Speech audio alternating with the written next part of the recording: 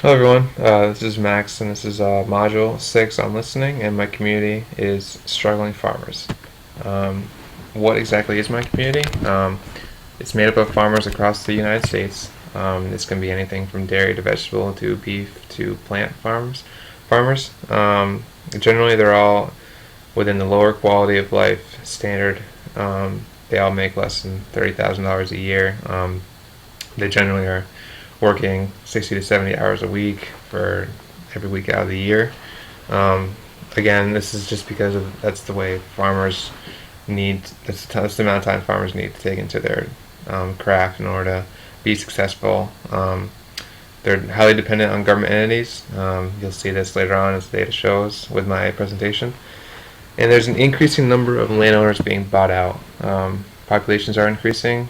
Farmers helped build this country and owned most of the land, but as the populations are getting more and more, they need somewhere to live. So this makes farmers and all their land very, very valuable. And finally, there's a high proportion of male to female, clearly just because of the man hours it takes and the type of families that brought up farmers, very old school, very classic way of raising a family. And even though there's a recent spike in females, they were up from only 5% in the 1980s to 14% now. It's still obviously male dominated. So the process I used in this activity was we searched across Hootsuite, Google Earth, and Topsy. All three were valuable, and all three really helped show the trends that were evident in the data. And then the keywords I used throughout my work were the ones listed below: farming future, milk prices, farm buyouts, struggling farmers, farm land use, and farmer population. Really an all-encompassing look at the struggles that farmers take and where the most interesting data was. So what does this community talk about? Really, there was a trend before the government shutdown and then after the government shutdown. So some of the stuff that was being talked about before were the trends in the marketplace, and how on the top right there you'll see low milk prices with tough environmental conditions blamed for dairy companies' $10 million loss. Low milk prices are one thing, but also the weather really affects the farmer's output and the farmer's potential money that they can make from their work. Projections, like Rake Feed tweets out, what will happen to food when we let robots do our farming? This is just because there's a less and less number of farmers out there, so the technology is playing a bigger and bigger role moving forward, and we need someone to do the work. But so if we make robots do it, it takes farmers out of the industry and into maybe more high-paying jobs, maybe more family time, maybe more money can be made with their land use. Future farming equipment also related to robots and technology and the way it's going now, and then also finally losses. Equal Money tweeted out on the right there: if milk prices had risen at the same rate as college costs since the 1980s, milk would cost $23 a gallon. Just shows you how reliant farming is on the government and how other industries may have taken advantage of overpopulation, more students looking into studying different things, and how farming and what they do is really taking a step back. Just because technology has been slow in incorporating itself, and no one's really getting excited about it, and no one is really taking full advantage of it. So, and then going back to what the community talks about, after the government shutdown, everything has been on milk prices from the past couple of days. And that's all due to the fact that the Farm Bill has officially expired as of September 30th, and this has made a shift in how much milk costs now. The data shows that it could double by the end of the year, from $4 a gallon around there to $8 a gallon. So what this means for the public and farmers has been tweeted out a lot. The public obviously has been negative about it, and the farming community has actually been excited because it's finally showing an increase, and finally there might be a deal. Maybe a deal would work out in the future between both sides, being more fair towards the farmers. So all these four tweets below Fox 2 Now says government shutdown could double milk prices. New York equipment, strong dairy demand expected to bolster milk prices through 2013. MCH editor, hearing milk prices could double with these government shutdowns. Must buy dairy cow to survive. So everyone, public media and local equipment shops are all interested and curious about how this is going to play out through the rest of the year here. So, what's most important to the farmers? It's their future. There's a dwindling number of farmers in the world. Weather and prices are really trouble areas for these people. And finally, and also they have trouble adapting to modern technology. So all these play a role in where it's going in the future. So an avenue I looked to really get some meaty data was Google blog search. I found 3 articles here below, all interesting, all related to the future of farming. All I did was type in farming future, and I got the one on the left was about how farming in Africa really is reliant on weather, and it's really is really in trouble. There's no irrigation system set up in place, and they need support from the government, from outside countries, in order to sustain themselves. The way global warming is happening, the way it's even getting hotter, and they're relying on these rainstorms that just aren't coming. And it's sad, but it's the way it is nowadays. The one in the middle is emerging opportunities in livestock production. Dairy farmers are becoming more and more in tune with beef farming. This is because it's much cheaper. Farmers all across the country are turning their land into usable land for beef cows instead of dairy cows. It's because there's not lower cost in grain, lower cost in the milking machines, and also in just the maintenance of baby cows all the way up into their mature and into the milking cows that they are paid to be, or that make them so valuable. So farmers are actually turning their farms into beef farms because they can just have their cows graze in the fields, put on weight, mature, and they're much easier to maintain because they can just roam in the fields instead of being on a daily schedule. So those are the highlights. And what worries them? What worries these farmers? Fluctuating prices. Clearly, recent government shutdown has sent shockwaves through the farming community due to the expiring farm bill. Milk prices could increase from around $4 to $8 a gallon, and it's good for the farmers, but it's bad for the public, obviously.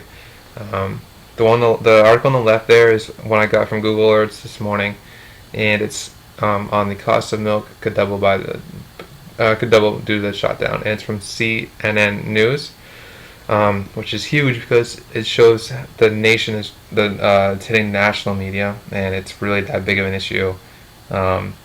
One for the public, but also it's important for the farmers to know that they're going to see a huge spike if the government does not come to some sort of solution, some sort of deal. So the public should know about this, and the farmers should also know about this as well. And then on the right, I did a Topsy search on milk prices, and it's evident that there's peaks and valleys, but the peaks are all related to government initiatives. The one on the very left, near September 12th, the quarterly reports come out for milk prices across the country. So again, that sparks up chatter, and will get the tweets going. But also on the very right, there's another peak. That was when the farm bill obviously expired. So milk prices started to come up in conversation, and that obviously created a huge spike in talk. So I wanted to evaluate this further, and I did a search on 3 keywords, one being milk prices, one being farming future, and one being struggling farmers. And I wanted to see how all 3 were related. So clearly, when you see the peaks from the milk prices, you'll see peaks in the farming future, and you'll see peaks in the struggling farmers. So this shows a correlation between all 3, in that whenever there's talk about milk prices, it's usually bad, which means people are going to talk about the future of farming even more, which you'll see in every peak, and then in turn talk about struggling farmers. So in one hand, milk prices are fluctuating, usually bad news. So usually they talk about the future of farming. When are these prices going to increase? When are they going to decrease? When are they going to start leveling out? And then finally, struggling farmers, and how farmers deal with this on a yearly basis, and how it's just a constant struggle for them, and just coming to terms with the fact that government is what it is, and we're basically held captive. So that's that correlation report. What other concerns? Land takeover. More people need land, so this makes farmers' land very valuable. These people are willing to pay in upwards of $1 million for, say, 30 acres, sometimes, depending on how valuable the land is. So one tweet that I found, I use Hootsuite a lot, and this had a lot of individual stories, but the one that I wanted to highlight was on the left there, from Vince McDermott. The Canadian Forces kicked an 86-year-old man off his centuries-old farm to expand CFB Trenton. So again, this shows how businesses take over these people's land, just like in the movie Up, we all saw the old man be kicked out of his house, and it's farming is the same way. There's no money in farming, and people see this huge paycheck of upwards of $1 million, and they take it, and a lot of times this is their retirement, but at the same time there's an emotional distress, and it's sad to see it go. So there's, again, Hootsuite had a ton of interesting stories, and they're all listed below. Social media platforms, clearly this is an older generation, so they're not in tune with social media accounts, so a lot of times it was like on the left there, Newberg Equipment. It's just an equipment shop, but they've tweeted out so many tweets. It's over 14,000, and it's everything from milk prices to new technologically sound equipment that they're getting at their shop, to basically how a cow is raised, the proper way to feed them. So it's everything. It's a really good site. A lot of attention is on their Twitter account. Same thing with Farming England, Farming UK, and it's, again, one of the world's leading agricultural websites with over 17,000 visitors each day. And then on the right there, Farming America Daily. It's a blog, but it's one of the most widely read across the country, and its founder is David Hayden. And again, this was big in the Farm Bill shutdown, but every day is a new story, and it's really well done, and people tend to share this, and it's really well known in farming communities. Here's an opportunity I saw and really want to take advantage of is with the recent surge of conversation. There needs to be an understanding of how can there be a peaceful coexistence between the government entities and farmers. Can they strike a sustainable deal? And there's opportunities to float out questions and get answers back, because there's so much attention being placed on it now. There's no better time to strike than now.